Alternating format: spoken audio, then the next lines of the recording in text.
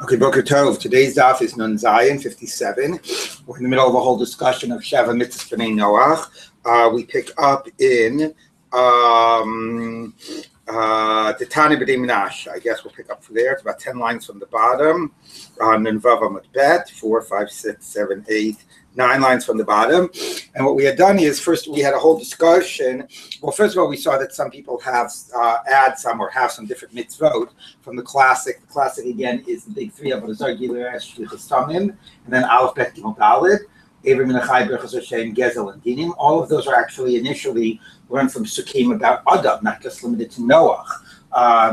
Then we had actually an opinion that said 1 minute there's other things, maybe in its stead or in addition. Particularly was mentioned Sirus, which was sterilizing, castrating animals and humans, and Kilayim, mixing seeds, well, actually not mixing seeds, mixing trees and mixing crossbreeding animals. And we pointed out that both of those two are very rooted also in Breshit, in the Purvu and in the Liminahu. And the Gemara most recently said that this opinion, Tana de Menashe, would actually substitute these two for Birchas Hashem and Dinim, would not actually have those two, which was interesting. And then, of course, there was another category of kishuf, of witchcraft. And the other thing we saw was a whole discussion about whether, Dinim was added to Bnei Yisrael at Mara, which would be explained what if you don't have Dinim in this list. But interestingly for us, the point was that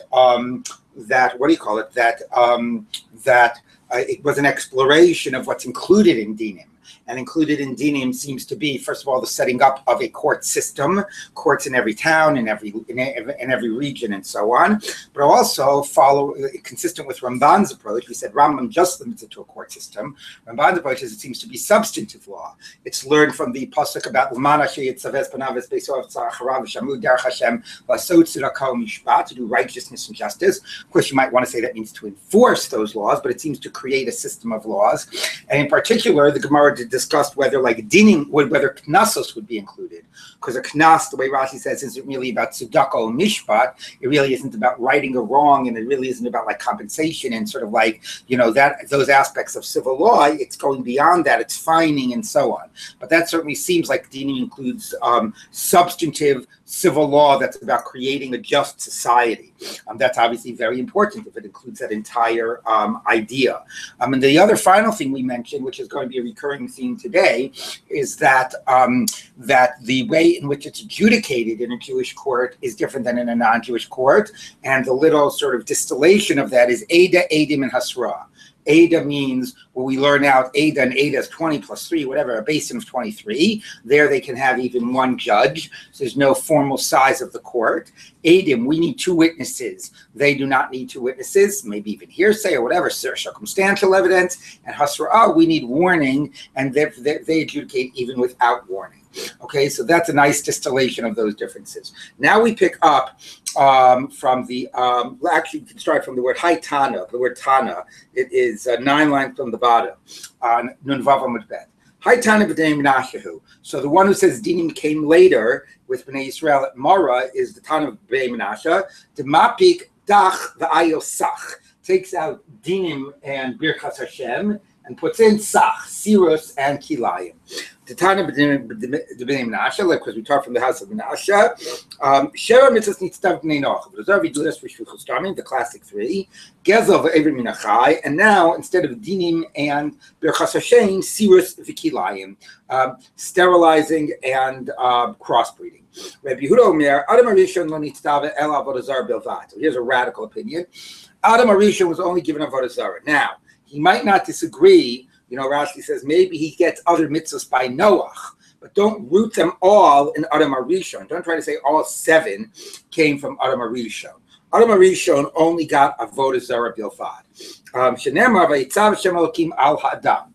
God commanded the human, so obviously the mitzvah of not eating from the Pri Eitz Hadat is not for future generations, but the concept that's for future generations is that there is a God who is a commander. So the idea of belief and acceptance of God and not worshiping Avodah Zarah, that is a central theme to that whole story of Gan Eden. That was the basic obligation to the first humans. Any more came maybe later, came at Noach. Okay? Rabbi Yehuda ben Betera Omer, Rabbi Yehuda ben Betera says a similar approach, but broadening it a little bit. Afal birchat Hashem. Not just about not worshiping Avodah Zarah, but not cursing God, right? If part of the idea is accepting and recognizing God, it's also not, you could sort of like, if you're attacking God, that is also going against that core theological principle on which the world was sort of founded. Okay, so Birchat Hashem would be included. V'yesh omrim afal adinim, and some say even on a system of laws. Okay, so we'll see how that works in. Come on, Azahadam Rabbi Yehuda Rav. Who's it going like this? Teaching in the name of Rav. Elohimani. It's as if God said to the human, Vayitzav Hashem Elokim, know that I am your God, right? Hashem Elokim. Lo tikaleleni, do not curse me, okay? Accept me as your God. Lo ani Elohimani, lo tamiruni, do not replace me with some other God. Do not worship Avodah Zarah. Elohimani, I am your God. Yehei mora'i aleichem. Let my fear be on you. So what's the third one coming to include? Kiman keishamim. That's coming to include the idea of dinim. Now, how does the idea of fear of God include the idea of dinim? So what Rashi says it means is the idea like, lo satem mishpat ki mishpat lelohim hu. That it's like if you have to judge, justly, then you can't have to be more afraid of God than you are afraid of human beings. If you're afraid of human beings, you'll pervert the justice because you don't want to upset people and so on. If the only thing that you sort of, the only one you have to answer to is God and you're truly afraid of God, you'll judge truly, you'll judge justly. The problem with that is that emphasizes the God, assuming you already understand the responsibility to judge. And the God part is just making sure that you do it justly. It's not, Rashi doesn't really explain how from the God concept you derive a responsibility to judge, right? Which is so what I would sort of more rather say is, if you believe like, there are a lot, you could believe in what type of God are you believing in, right? If you're a Greek and you believe in multiple gods and you believe, basic difference, one of the main differences, of course, between the Jewish idea of God and the Greek, and the sort of the pagan idea of God, besides the question of one or many, is that pagan gods are amoral, meaning not immoral, but amoral, right? They don't represent an absolute moral code. Right, the Jewish concept of God is a God who is who there's a single truth, and God represents a single true morality that we're bound by. So if that's bound up in the concept of God, right? So therefore, if my fear is upon you, that means that you are going to understand a responsibility to sort of, create society and rule society in a way that it becomes a moral and a just society. So what I'm trying to sort of say is that you can get the idea of dinim, but it requires that your idea of God include an idea of morality and justice. But if that's your idea of God, and then you have that fear of God, and you understand that responsibility, that that's how society should be structured, you're going to have a just society. Anyway, according to this, the first humans were not commanded in the things that were, that were like more particular. They were commanded in this basic universal principles of belief in God. That's a universal sort of religious principle, not cursing God, which is bound up in that. And according to this, a just society. That's, by the way, that very much connects to the pasuk by Avraham, right? That V'shamru derech Hashem. What's derech Hashem? Lasot tzedakah mishpat. So there's something like very powerful about saying that the most basic foundation, before you get to Noach, before you get to like Aver Minachai, or even then Gezel sort of wrapped up in it, but before you get to something like Gilui Arayos, the basic idea is that accepting God and accepting that means like a dinim, like, being responsible for creating a just society. That, if you're talking about like Mendelssohn's idea of like natural law, that obviously could, be very much in sync with that. So these are these approaches that's what Adam HaRishon was commanded. Now, this does not deny that Noach was commanded more, right? By Noach, you get explicitly murder, the spilling of blood, eating an animal with its soul in it, with the blood of the soul, still in it, and so on. But Adam HaRishon, let's not put all 7 on Adam HaRishon. Adam HaRishon are these foundational ones. Okay, so now the Gemara says, Tana d'bnei Menashe. Now we talked about now the Gemara says like this. Tana d'bnei Menashe. Now let's talk about bnei Menashe that doesn't have Birchat Hashem and Dinim, and instead has Sivus and Kilayim. Right? It replaces these two. with these two. Okay, so the Gemara wants to say, how are you going to get that from the Psukim? Where are you going to get Siris and Kilayim from the Psukim and take out those two? Okay, according to the approach that we learn it all from the Pasuk by Adam Rishon. So it says like this. If they learn it from that Pasuk by Adam Rishon, Vayitzav, so in that case, Afilu Hanachnami. So they should include Birchas Hashem and Dinim. Ilo Darish Vayitzav, and if he doesn't base it on that Pasuk by Adam Rishon, Hani Manale. So where do you know any of these? Okay, or certainly things like Gezel and Ever Minachai or whatever. So how is it that you get this list? Okay, so the Gemara says La'olam Lo Darish Vayitzav. So now we're going to have a really interesting thing. Forget the Vayitzav pasuk. We already suggested one approach that basically says forget the Vayitzav pasuk. It's only a basic idea of God and believing in God and not cursing God and creating dinim maybe. Okay, here also we're going to say forget the Vayitzav pasuk. That is not the basis of the Sheva mitzvos. Honey, so where does Bein Menashe get seven mitzvahs? Honey, he's going to learn it out individually, but interestingly, if you're going to pay attention, the way Tana Bein Menashe is going to learn it out is from no mitzvahs by Adam Rishon. He's going to learn them all out from Noach. So I think there's a really important conceptual question here, right? Whether Sheva mitzvahs b'nei Noach were said to Adam, or they said to Noach, or they said in like two stages. Right? And why is that different? Like, who cares? So it's a difference of 10 generations. It's still said to all humanity. Well, the difference is that Noach was sort of like, after the humans had sinned, the world was destroyed and so on. So do you understand the idea that, like, in theory, the world could have existed had everybody done the right thing? I mean, what does that mean? Because we're humans. But anyway, could have existed with like just one basic idea, God, believe in God, or maybe work to create a just society. But because we, made so many mistakes and Vatishachet art in the world had to be destroyed or whatever, then we needed more direction and we needed more mitzvot. And then we kept on making mistakes, and then we needed a lot more direction. And then we had the 613 mitzvahs for Yisrael, right? So that's sort of like a way of understanding the whole arch of Sefer Bereshit, is we keep on messing up, and therefore we need more and more instruction and direction. We can't be trusted to just, to our own devices. But it's interesting here, right? How much do you think that these Sheva mitzvahs all started with Adam? Or how much do you think Adam was basically the God idea, maybe Dinim idea, and the rest started with Noah? So here, Bnei Menashe is Tana's Bnei Menashe is going to make all seven linked to Bnei Noah and not to Adam or Noah. So let's take a look.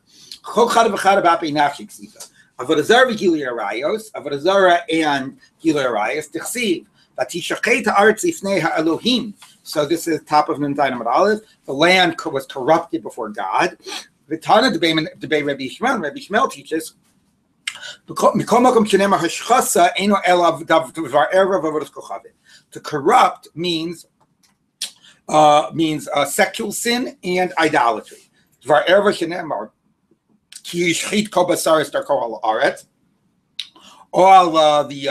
the flesh corrupted its way on the land. Now, of course, that's similar to the first pasuk. How does that show that it's about sexual sin?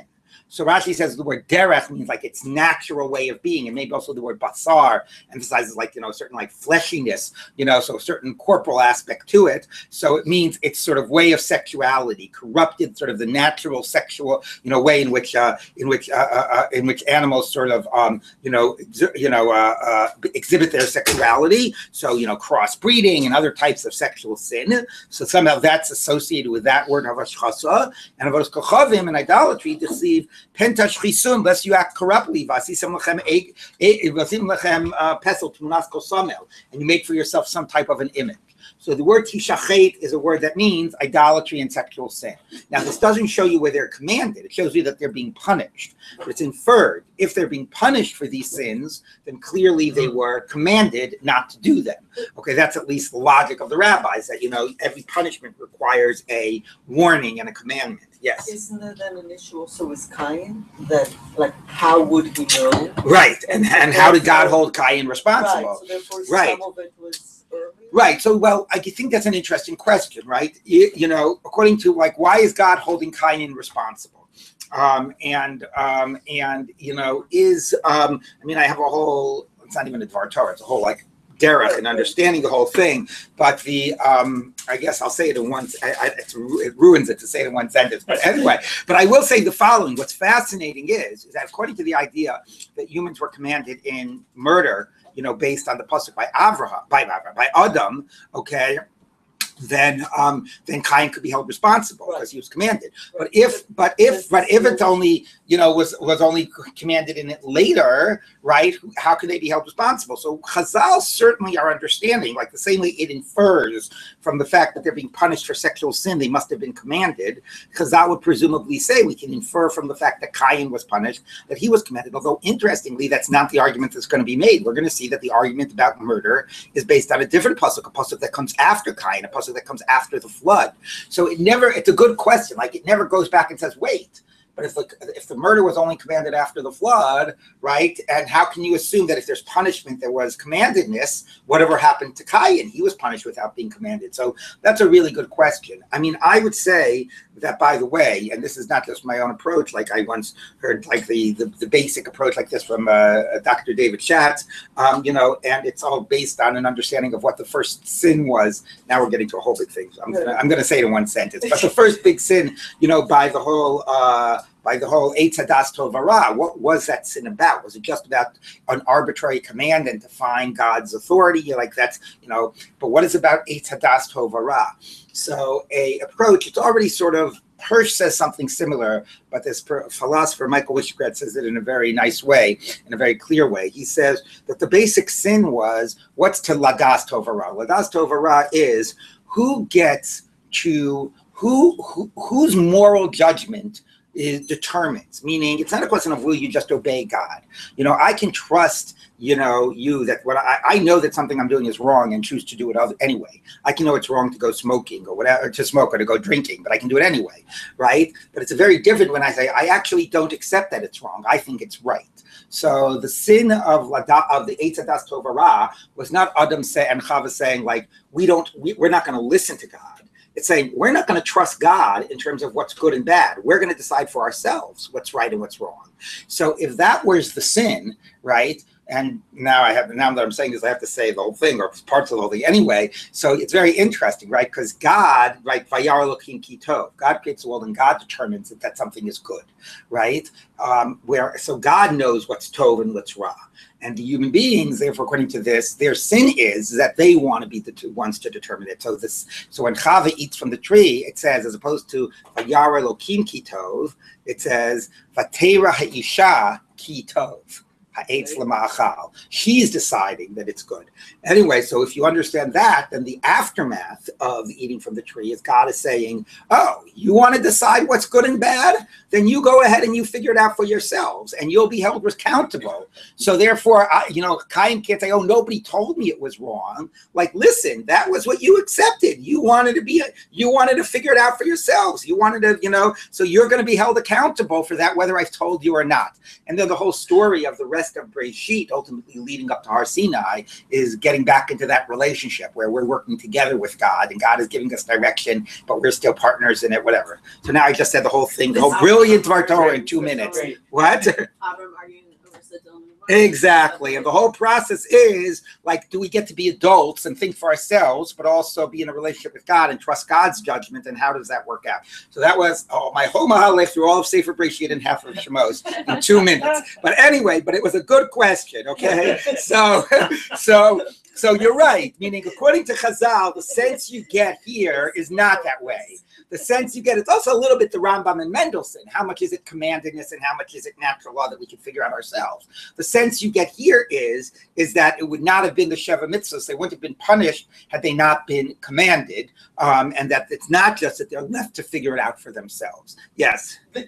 This is why they say earlier that Adam HaRishon was a min. Oh, because he separated himself. Right. He wanted his own. That's a good point. Tying into that word, to that whole point about minhu. Okay, so anyway, now that Avodah Zarah, it sounds like a whole approach to Yiddishkeit in the world. But moving on. Okay, okay, so that's how you get those two. The Idach. Now, if you say that you learn it out from Adam HaRishon, what do you do by those psukim by Noach? Aren't they telling that to you? No. Or Chayu the Kamagli. The Torah is revealing what the people did, that they sinned, but that's not the source of how it's forbidden. The source of how it's forbidden is Adam HaRishon. Shvichus damim dichsiv. How do you know murder? Shofech dam hadam badam damo yishafech. Right? That's clear. That's one of the few things explicitly commanded to Noach, that it's deserving of death. So that's where it's clearly being commanded. Again, interestingly, not being inferred from the Cain story. The idach, what would the other one say who said it had already been commanded? Katlayuhu de kamagali. No, the Torah is telling you what the punishment is. Okay, we already knew it was forbidden to murder from Adam, but here it's telling you the punishment is badam damo yishafech, that you'll get executed. Okay, gezel, we didn't know gezel, again from Noach. Dichsiv ki yerek esev nasati lachem esakol. I have given you the flesh of the animals like the grass of the ground. Okay, which means that the same way grass grows wild, okay, and obviously there's no stealing, you can have whatever is like, wild and ownerless, but you cannot take stuff that belongs to somebody else. Okay, like grass, like, vegetation that grows, of like grass vegetation that grows wild, but not vegetation of a garden, not something that belongs to somebody else. That's where you learn gezel. The idach, it's interesting, it doesn't learn it from the word Hamas, right? Because the word Hamas could mean violence, but according to Chazal, Hamas also means violent taking of things that aren't yours. Anyway, the idach, hu lemishvi basar hu da'asa. That's coming to permit meat, right? The understanding is that Adam HaRishon was only allowed to eat, vegetation, because in the psukim, the initial psukim in Bereshit, it only says, I've given you, the fruit of the trees, etc. And it doesn't say, I've given you the flesh of the animals. And here, by Noach, it says that I've given you, the animals like the grass of the ground. So therefore, what it's coming here to do is not to forbid stealing, but to permit Noach to eat meat. Now, what I'm waiting for somebody to ask, Rashi asks, Tosfos asks, is 1 minute. If it was only permitted by Noach to eat meat, how do you say that Adam HaRishon was commanded in Aver Min HaChai? Right? You don't need to forbid Aver Min HaChai if you're forbidden to eat meat altogether. So, right? So if the permission of meat only came later, why did you need to forbid Aver Min HaChai? Why not? All meat was forbidden. So the basic answer. Any guesses at what the answer might be? I don't know the reason to want to. What? So the answer is, Aver Min HaChai, when we were saying that Adam HaRishon was forbidden to eat meat, it wasn't that he had to be a vegetarian. It was that he was not allowed to take animal life for the sake of eating meat. But he was allowed to eat from the meat of animals that had died naturally. Okay, the prohibition was about taking animal life to serve him. What? Not very safe. What can I tell you? Anyway, so therefore, for that, it was forbidden. The same way it's forbidden to take animal life, it was forbidden to rip a limb from a living animal. Afterwards, it was even permitted to take animal life, but still not to take an Aver Min HaChai. All right. I mean, that's not a great example because if it's dead already, then yeah. It's still, you're talking about a living. He's not allowed to hunt. You can't kill it. You can't kill it. Maybe you could take a limb. Okay. Okay. Aver Min HaChai d'chsiv. Now, how do we know Aver Min HaChai? Again, from Noach. This whole approach learns it off from Noach. Ach basar b'nafsho damo lo sochelu. Now, how do you get that? I have to tell you. This just shows how I've so been trained to think through the lens of the rabbis. So the way the rabbis read it, you look Rashi on the psukim, is ach basar, when it comes to eating flesh, b'nafsho damo, when the blood and the life is still in the animal, don't eat the flesh of the animal. Don't eat flesh when the animal's alive. So anyway, I was once talking to my son, and he said, yeah, how in the Torah, like it's, Noach and his family were forbidden to eat blood. I said, what are you talking about? Where does it say they were forbidden blood? I said, what are you talking about? It's the pasuk.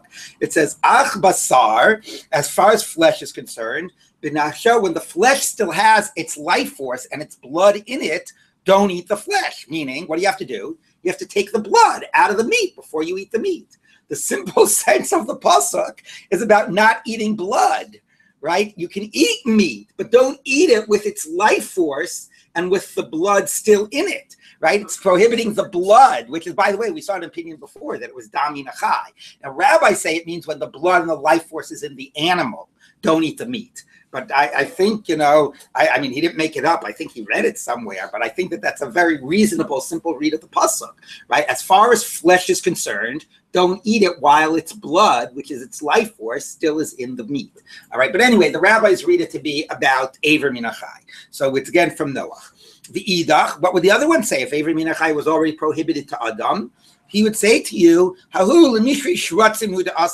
yes, that's coming to tell you, don't eat meat that there's a concept of blood and the soul being distinct from the flesh. But for at least the rabbis understand, when it comes to like rodents or whatever, we see the blood as a type of a flesh. We don't see it as distinct. So for rodents, like Eivor Min HaChai is not forbidden because they're not seen in this category of like a sort of, if you would, a body-soul dualism, a life force separate from the flesh.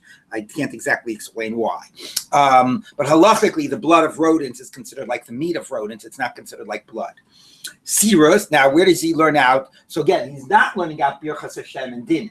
That's interesting. And it's, I've got to tell you, it's a little strange, even in a little ways disturbing that, to exclude. I mean, Birchas Hashem, you could say, it's maybe obviously somewhat, you've got it covered by Avodah Zarah. But excluding Dinim, it feels a little like, hard to understand. What, you don't have a responsibility to broadly create a just society, just these types of narrow things? But anyway, he replaces them with these two. And these two we already mentioned, although here he's focusing on Noach. These two are very much rooted in the core aspects of creation, of Pru'ervu and Limineu, which is essentially what he's going to say. So it says like this. Sirus tichsiv shirtzu ba'aretz u'revuva, which is the command given to Noach, again, a type of a pru'ervu, spread out in the land. V'idach libracha ba'alma, that's a blessing, that's not a command. Kilayim, crossbreeding, tichsiv ma'of limineu. The same way the limineu is in the act of creation. When you bring the birds into the ark, they're each one to their own species. You have to keep the species distinct. That's just, that they should have like friendship, companionship. So you have them with their own men. They like to hang out with their own kind, but it's not a prohibition of crossbreeding. The prohibition of crossbreeding came, actually, according to this, there is no prohibition of crossbreeding. And according to the standard approach, there's no prohibition of sirus. I'm Rav Yosef, Ami Beirav, Al Sholosh mitzvot. So now what do we have? We have 7 mitzvot given to Adam Arisho, the classic 7. We have the idea, no, all 7 were given basically in the Noach period, and that here comes with an interesting swap. So 2 issues. One is Noach versus Adam, and the other is what are you swapping out? And it's a little funny to be swapping out dinim, but Sirus and Kilayim certainly speak to some deep-rooted aspects of creation. Then we have an approach that Adam got 1, 2, or 3. He got basically the idea of God and the idea of dinim, and the rest maybe came later at Noach, splitting it up. And now we're going to have yet another approach. Yes? Could it be that it's the difference between some things that are natural or that's so intuitive that you don't need a specific commandment? I was thinking about that. Maybe you take out dinim because dinim is natural law and therefore doesn't need to be commanded. Sort of like a little pshara between Mendelssohn and Rambam, The ones that are commanded are more religious. Certainly Avodah Zarah, but it would still be funny that Shvichus Damim is still one of the commanded ones, right? And not one of the, doesn't exactly work, So this is the ongoing question also, right? The commandedness versus the universal natural law aspect. Okay, so Amar Rav Yosef, okay, so now we're going to have only 3 mitzvos. Oh no, 3 mitzvos neherag, excuse me. Now we're moving from what was he commanded to what is they punishable by death. Anybody who's learned Sheva Mitzvahs B'nai Noachim before knows this general idea that, they're liable to the death penalty for any one of them, even if they steal a pruta or less than a pruta. But interestingly, we're going to see that is not universally accepted, that there are some opinions that the death penalty is only for a very small number of the Sheva Mitzvahs B'nai Noach, or small, not very small, there's only 7. Okay, but anyway, so Amar Rav Yosef, Ami Beirav, Al Sholosh Mitzvahs B'nai Noach Neharag. He's only executed for 3 of them. Gesher, and the Rashi gave us is Gesher. Al Gilei Arayos, Val Shvichus Tamim, Val Birchas Hashem. Okay, so that's an interesting 3, especially since you don't have Avodah Zarah. You have Birchas Hashem and not Avodah Zarah, right? If it was Avodah Zarah, then it would be the same 3 that for us are the cardinal 3 sins. Okay, so Maski Florav Sheishes, Bishlema Shvichus Tamim Dichsiv. I get that. That's the most explicit one in the pasuk. Shofech Dam Adam Adam Damo Yishafech. I mean, that's explicit. Ella, Hanach, Minalu, where are the other 2 from? If you say Shvichus Damim tells you it's punishable by death, and now we're going to apply it to the Sheva Mitzvahs B'nai Noach. So if that's true, Afilu Kulunami. So apply it to all Sheva Mitzvahs B'nai Noach. In Shum Dis Rabba. Now, so that's one part. So obviously, it can't be a general application. So where else are you going to get, therefore, Gilei Arayos and Birchas Hashem? In Shum Dis Rabba me ish. Okay, so here's an interesting possibility, which gets back to what we started this whole thing off with yesterday. right? Remember the pasuk says by Birchas Hashem, ish ki yikalel Elohav, right? V'nasah cheto, and then talks about in the end Ragom Yirgemu, right? Ragom Yirgemu. So ish, we said according to one approach was to include non-Jews. So that's a case of Birchas Hashem, ish. Well, guess what? That's good. That's helping us get, like, we're only going to apply the execution to a small number. Murders in the Psukim by Noach, here's by Birchas Hashem. And how do we get arayos? Because it says by arayos, ish, el, kol, she'er bisaro. Lo tikrevu lagalot erva. Lo tikrevu lagalot erva, ani Hashem. Okay, so by arayos and by Birkas Hashem, you have ish. Okay, by the way, this is really fascinating, which the Gemara is going to get to when we turn the page, which is, what does it mean conceptually? Before I said, what does it mean conceptually to have them all in Adam, or all by Noach, or to split it and see a progression? What does it mean to say B'nai Noach were included basically when B'nai Israel were commanded and they were thrown into that category there? Is that just revealing to us that they were always commanded way back in Noach? It's just hinting it to us here, right? Or is it conceptually telling us somehow that they're included in some conceptual way together with this mitzvah to Israel? It's interesting. But here we're not saying that we're learning that that's where they're commanded. What we're saying is we're learning from here that that their punishment is the death penalty. Okay, and we learn it from a pasuk by Birkas Hashem and a pasuk by Gilui Arayos. That's how we know those three the death penalty. So the Gemara says, if that's true, avodas kochavim nami israbim ishish. It says ishish from avodah zarah. What does it say by avodah zarah? I forget. Rashi tells us. What does it say by avodah zarah? Ish. What? Hagar b'Yisrael. Asher yitain mizaro lamolech. Okay, Mos Yimasu. So it says ish asher yitain mizaro lamolech. So you also have avodah zarah. So it should be 4. By the way, that at least is nice. Then you have the 3 cardinal sins of Avodah Zarah, Gilui Shvichus Damim, and Birchas Hashem, which is, an extension of Avodah Zarah. It's rejecting whatever God. Okay, so that would be very nice, but it should be 4. So Ella Amar Sheshes, fine. Amri Beirav Al Arba Mitzvah Ben Noach. All right, good. We'll make it those 4. It's 4 out of 7. Okay, fine. Now. That's okay. So that's a nice conceptual idea. They're nerag on the cardinal ones, which are also the ones that Jews are nerag on. Certain types of Gilui Arayos, okay, and not on the ones that are not so cardinal, that are not the cardinal ones. But now the Gemara is going to double back and question this. Is it really true that a Noachide is executed for idolatry? Vatanya, ba'avodas kochavim.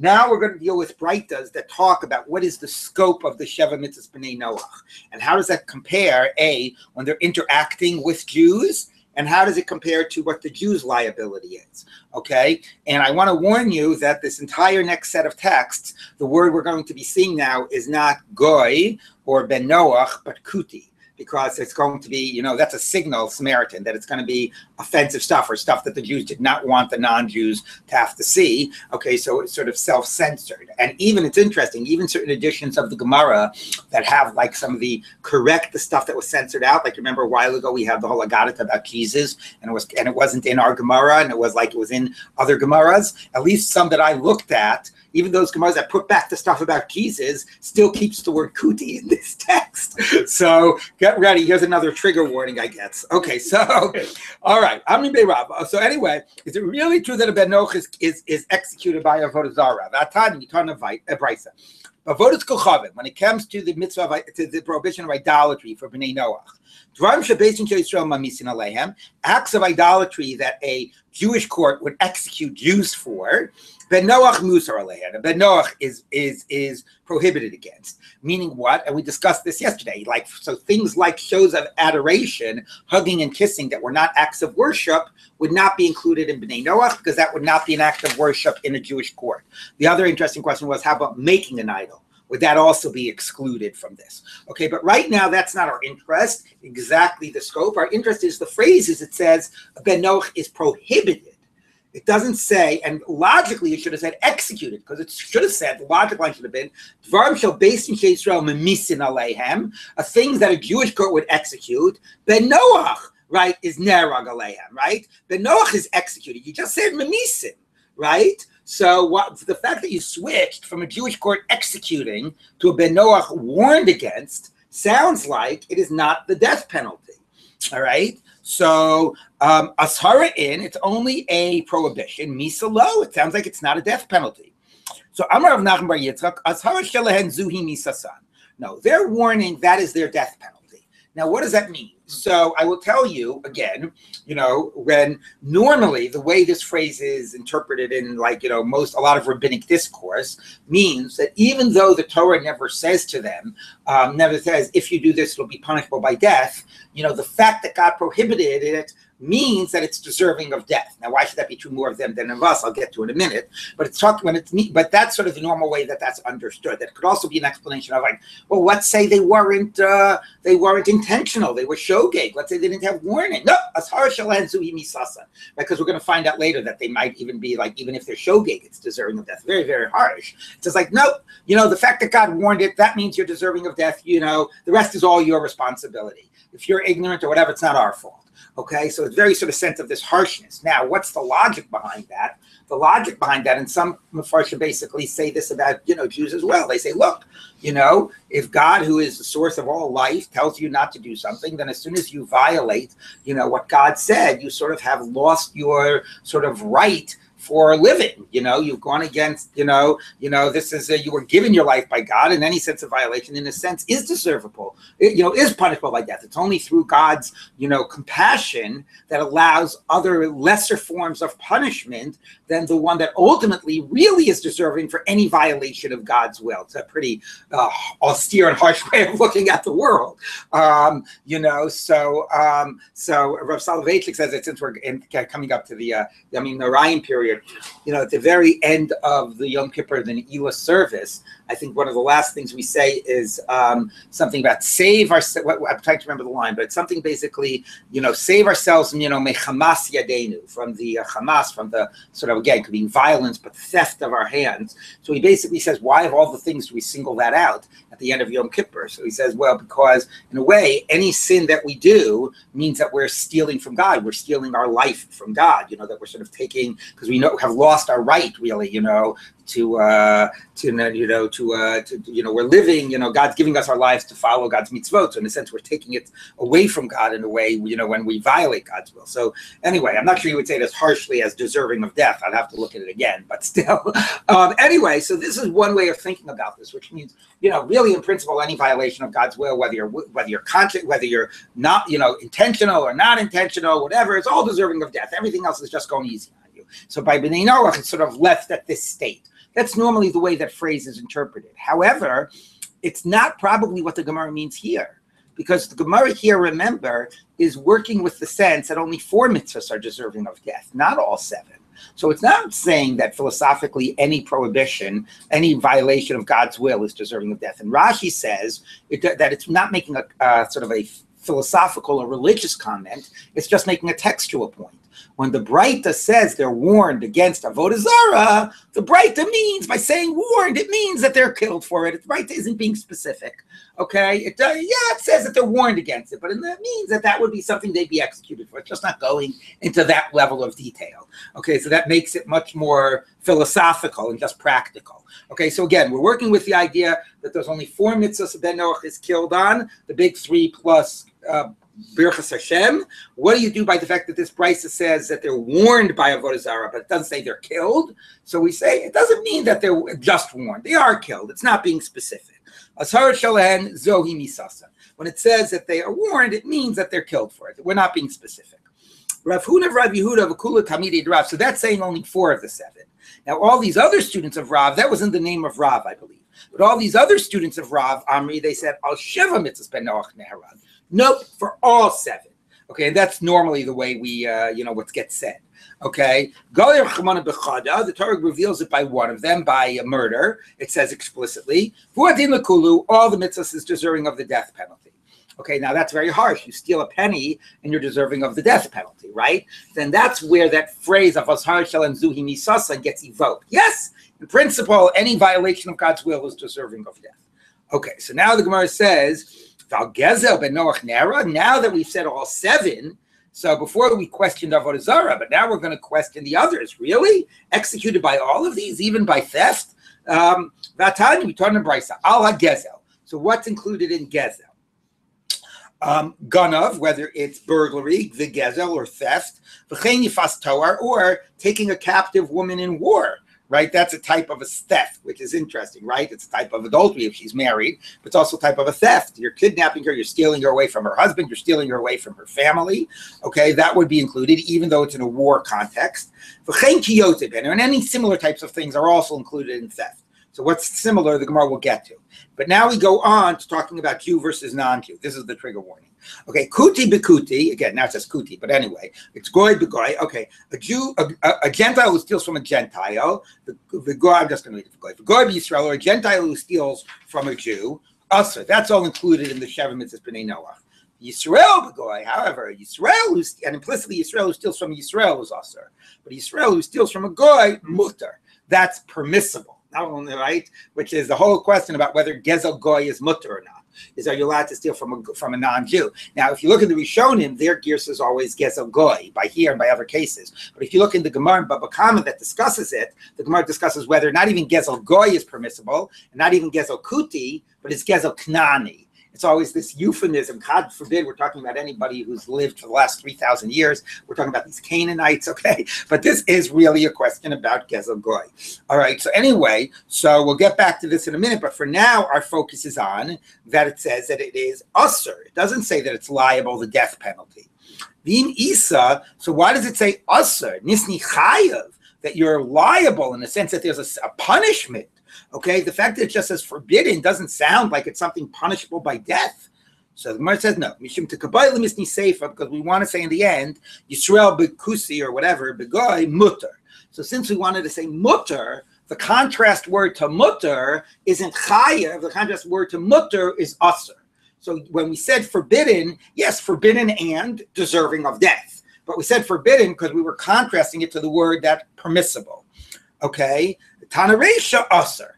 All right, so now, of course, the funny thing is that do we really mean it's totally permissible? So, so Rashi says, some say that not stealing from a non-Jew is usher because rabbinic, something is usher, biblically, something it's rabbinically. Rashi says, the author of this Breita feels that it's totally permissible. In Baba Kama at least says, well, if there's no Chil Hashem involved, okay? But anyway, bracketing Chil Hashem concerns totally permissible. So if you want to say mutter by this, then you're going to say usher by the non-Jew rather than saying chayav.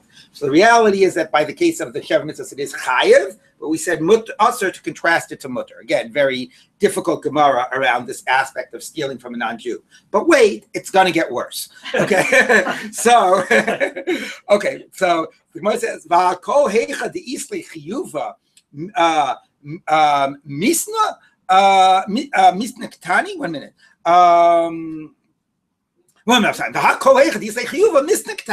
But that's not true. You can't say it says usher, even though it really means deserving of the death penalty, that there's a real liability. Because when there's a real punishment, it says it explicitly. Where does it say it explicitly? The Ktani Reisha, the beginning of the Breita says, Ashvichus Tomim. What's the story about murder? What's the scope of that?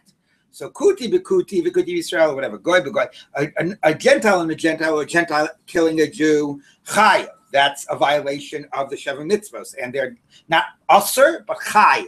So it means deserving of the right, presumably of the death penalty. Yisrael bekuti potter. So it doesn't say mutter, at least it says potter is exempt. Okay, so anyway, this is obviously very disturbing. About what do we say about this issue, right? About murder of a non-Jew, of a Gentile. Again, here it says kuti. So Rambam, actually, it's very interesting. In the text of the Rambam opens up the Hilchos Rotzeach Nefesh, says Kol horeg nefesh hareze over below, with the Isra of lo tirtzach. Anybody who murders somebody transgresses, you shall not murder. And then it's a question about whether who gets the death penalty. So maybe a Jew doesn't get a death penalty for killing a non-Jew, but it still is considered fundamentally murder. It's a question about whether you get the death penalty or not. Okay, even that's a question about what does that distinction show, but at least it's being included in the prohibition of murder. It's just a question of whether they get executed or not. The question, though, is some say that that was actually an edited version of the Rambam, and that the original text of the Rambam read, Kol hahoreg nefesh miYisrael, over below Tirtzach. So it raises really deep questions about what do we say about, it's clear we say that you don't get the death penalty. A Jew killing a non-Jew. What do we say about, is it in Lo Tirtzach or not in Lo Tirtzach or whatever? It's anyway, these are really very deeply challenging questions. Of course, they were living at a time when they were constantly being persecuted and murdered by the non-Jews. So you can understand some of the context, but still, it's obviously deeply disturbing. Anyway, for our purposes, what it's saying is, look, it says when a non-Jew murders, chayev. So clearly, when it wants to say chayev, it says chayev. So if by gezel it's deserving of the death penalty, it should have said chayav and it shouldn't have said aser. So let's just read the answer. So the answer is Hosam heichi lisni. What should it teach? Lisni aser umutter. Should it say, oh no, because I'm telling you that it's lav dafka. It'll say aser even when it means chayav, but it can't say aser by the case of murder. Because if it would have said aser by the non-Jew, it would have had to have said mutter by the Jew, and that we do not want to say. We don't want to say that it's mutter. Okay, Vatanya, Kusi again, it's goy, v'roy, behema daka, and shepherds, lo malim, v'lo moridim. You don't take them out of the well if they fell down, but you don't throw them in the well either. You're not supposed to kill them. So we're not going to say mutter. So since for a Jew vis-a non-Jew, you have to say aser, so then you're going to be explicit by a non-Jew and say chayav. Okay, but chayav, so sometimes we'll be explicit and say chayav, and sometimes we'll say aser, but aser can also mean chayav.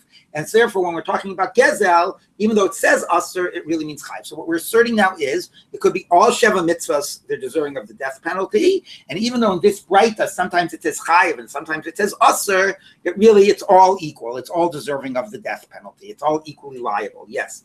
You got a question? You probably don't want to go into this. Probably not, but okay, yes. No, but so okay, like we read it with all the politically correct Right. qualifications on the side, but thousands of other people read the same dapim right now. Right.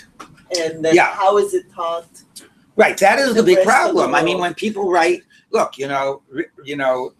Rivka had a shalom. I don't know.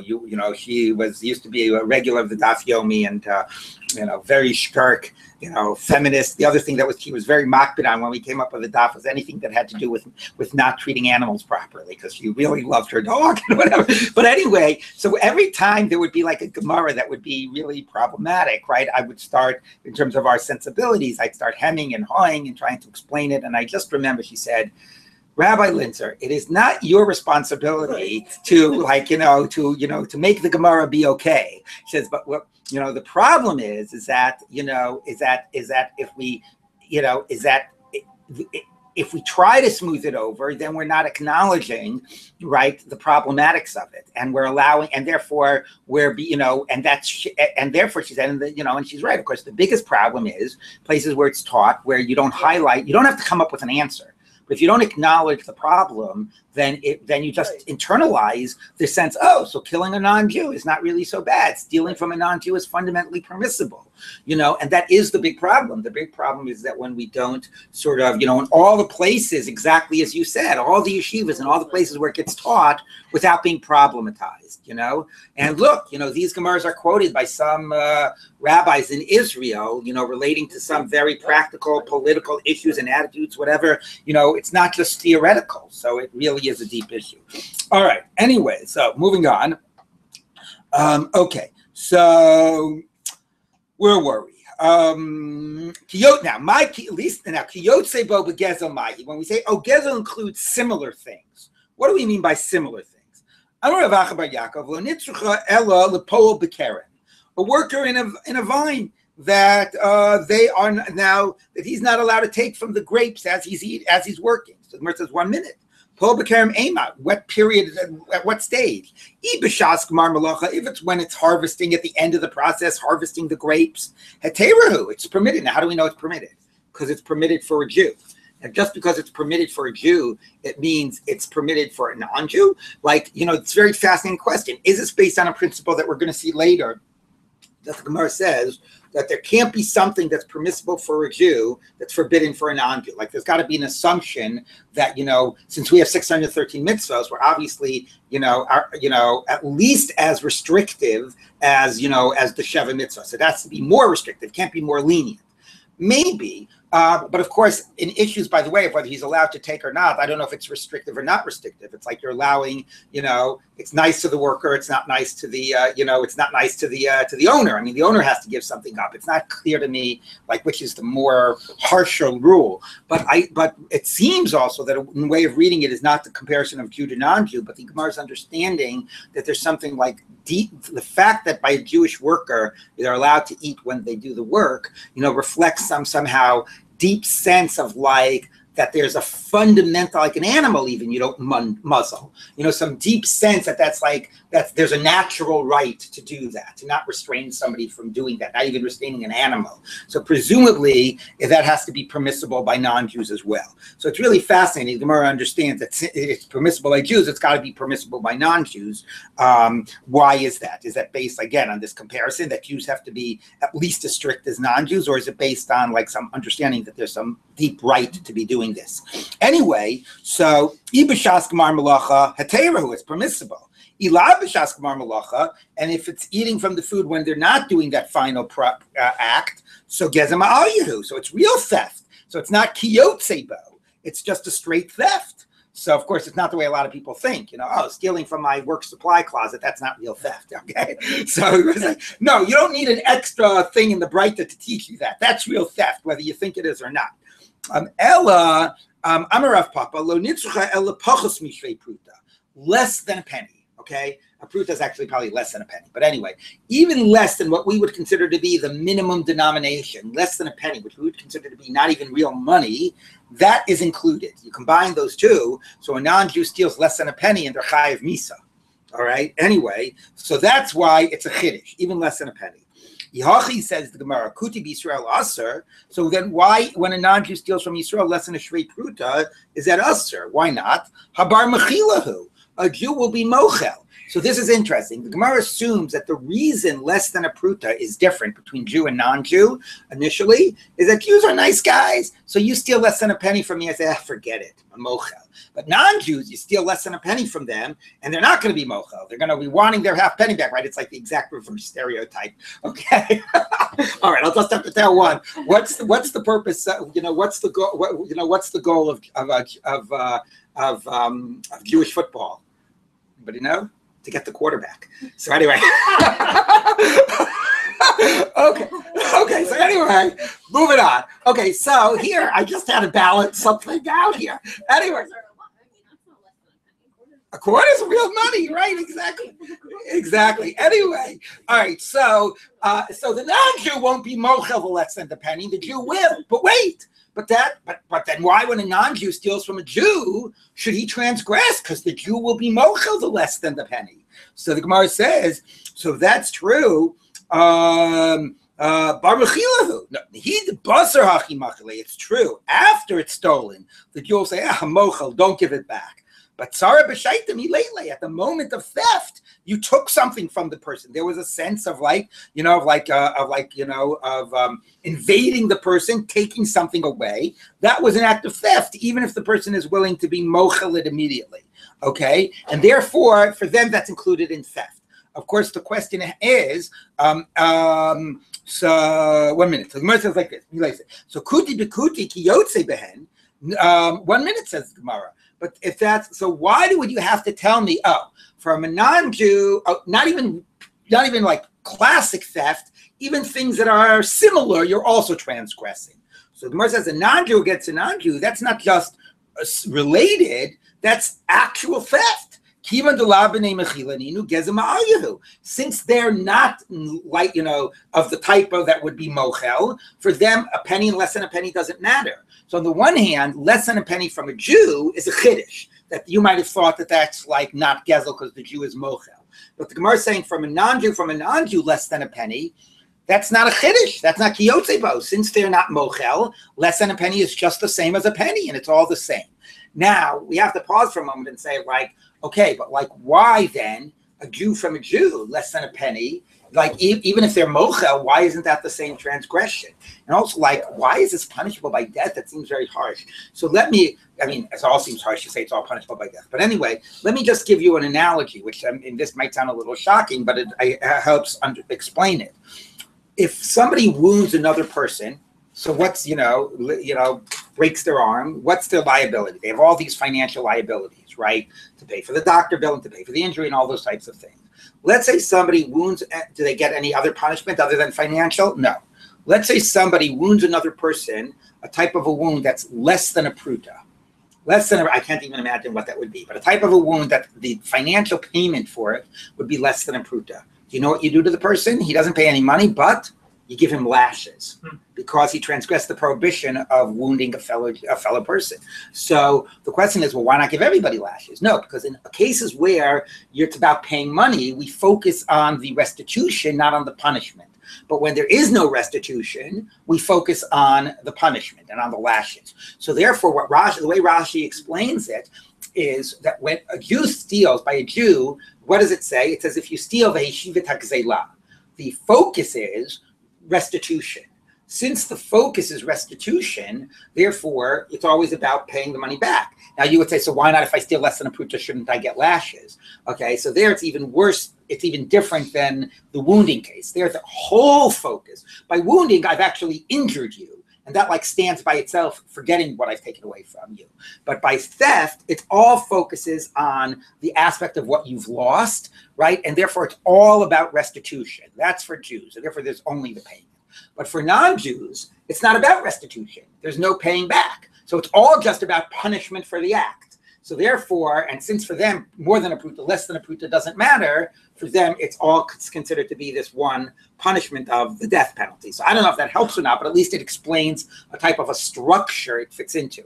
For them, there's no line between penny and less than a penny. For us, there is the line. With a penny, it's about restitution. And without even less than a penny, since fundamentally the whole thing is about property and restitution from this perspective, from the Jewish perspective, then there's no consequence by less than a pruta. Yes? Do you think there's an aspect of they're not dealing with reality here that makes them more willing to be saying ridiculous things also? Meaning, they're not imagining an actual situation where we're going to judge a non-Jew for stealing less than a pruta and putting the non-Jew to death.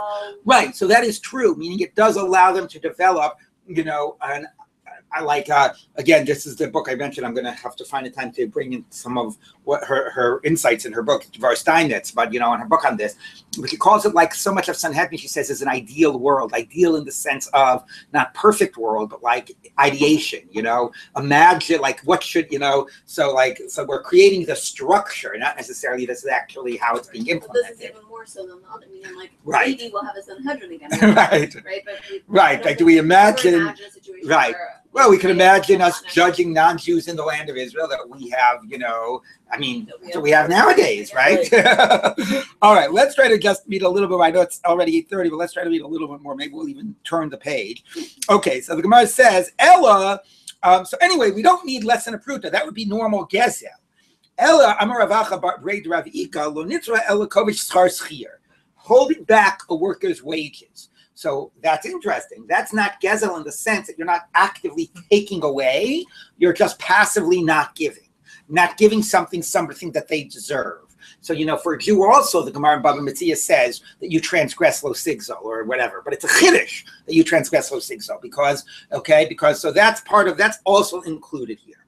Okay, now, kusi b'kusi b'Yisrael asur Yisrael b'kuti mutter. Okay, we're back to that. Okay, for a Jew versus a non-Jew, that gets, by the way, even those that say that stealing from a non-Jew is forbidden, there's a position that not paying them what you owe them, hafkaz halvaso, is permissible, and that's essentially kovish skar schir. So again, we're not here to deal with all those problematics about gezel goy. That's a Gemara in Baba Kama. Kiyotze b'yifas toar mahi. Now, since it said similar things, so we got to similar for theft is not paying wages. What's similar to yifas toar, which remember is still in the context here of a type of a theft. So kiyasa Rav Dimi Amar Rabbi Linzer Amar Rabbi Chanina ben noach sheyichid shivcha la'avdo ubal laha nerag aleha. So if a noachide designated a shivcha for his servant, for a slave, So it's not a question of arayot because there's no marriage for slaves. So, and then he went ahead and he had intercourse with her, which is a way of taking her away. So it's not like stealing a woman away from her country in war, but taking this woman away from a man to whom she's designated without it being arayot because they're not married, neragala. So that would be that case about neragala. That would be kiyotzebo. Of course, the other problematics here, in addition to all the Jew, non-Jew distinctions, is, woman as man's property, right? So designated this woman to this man is a type of a stealing from the man. Kiyotzebo d'shvichas damim lo tanya. Now we had kiyotzebo by gezel. We didn't have kiyotzebo by murder. So it sounds like there are no peripheral cases of murder. It either is murder or isn't murder. Okay, so the Gemara says, Amar Abaye, imishtachas titania, but it's very fascinating. We're like filling in a vacuum here. If you ever find somebody that says, oh, there are some kiyotzebo cases of murder that a non-Jew would be liable for, Rabbi Yonasan ben Shauli. It's Rabbi Yonasan ben Shaul. It's a great name, by the way. Yeah. Yonasan ben Shaul. Okay, Titania, we turn to Brisa. Rabbi Yonasan ben Shaul Omer. Somebody was running after somebody trying to kill him. So you have a right to self-defense. So you killed the guy who was pursuing you, but you could have stopped him by killing, by shooting him in the arm, and instead you actually killed the guy. Now, of course, it's always that. What do you mean? Like you gotta, you usually don't have the frame of mind or whatever, to think that somebody, often, people do what they have to do to make sure they've removed the threat. What could you say? Well, you could have done otherwise, but sometimes they could have. Anyway. So here's the question: if it's assessed. Was this on a it might have come up before. Anyway, it definitely comes up a couple places in Sanhedrin. Later, it's definitely going to come up. Anyway, if it's assessed that the person could have stopped the threat, without killing the other person, then that is considered to be neragalav. According to this is even a Jew and a Jew as well. Okay, there's not a Jew non-Jew distinction. Okay, now. That killed the Palestinian. Yeah, exactly. Right. That's after it was neutralized. Right. So it's one thing after the threat's been neutralized, but when somebody's still feeling under the threat, to be able to say, well, you could have done something else, right? I mean, that's still part of the idea, like that. They have to shoot up or they have to shoot. Right. Exactly. So at what stage is it judged that somebody had a reasonable alternative? And at what stage is it judged like, they couldn't have, they did it. So that's always a question. But here it says, if it's judged that they had a reasonable alternative, then that would be a halacha even for Jews, that you would be executed. So that would also apply to non-Jews. That would be the kiyotzebo. It's not straight out murder, okay? But if it's assessed that the person could have neutralized the threat otherwise, and he did it by killing the person, then again, whether Jew or whether non-Jew, according to this approach, not everybody agrees. Some say obviously you try to stop them by one limb, but if you actually kill them, it's not murder, right? It's self-defense. But according to this approach that says that it is murder in that case, that would be the kiyotzebo. By the way, and with this we'll end for now, I want to say another interesting thing is that, which shouldn't have been taken for granted, is that you could have said, how do I know that the permission, this is always a fun thing, like, that they talk about, that the post can talk about. How do I know that the same permissions that apply to a Jew apply to a non-Jew? So a Jew is allowed to self-defense and to murder the person to kill the person who's coming after him. How do I know that's allowed for a non-Jew? Non-Jew is prohibited in murder. How do I know that they have the permission of self-defense? Well, this Gemara makes it clear that they do. But there's other interesting questions, like, for example, a Jew is supposed to,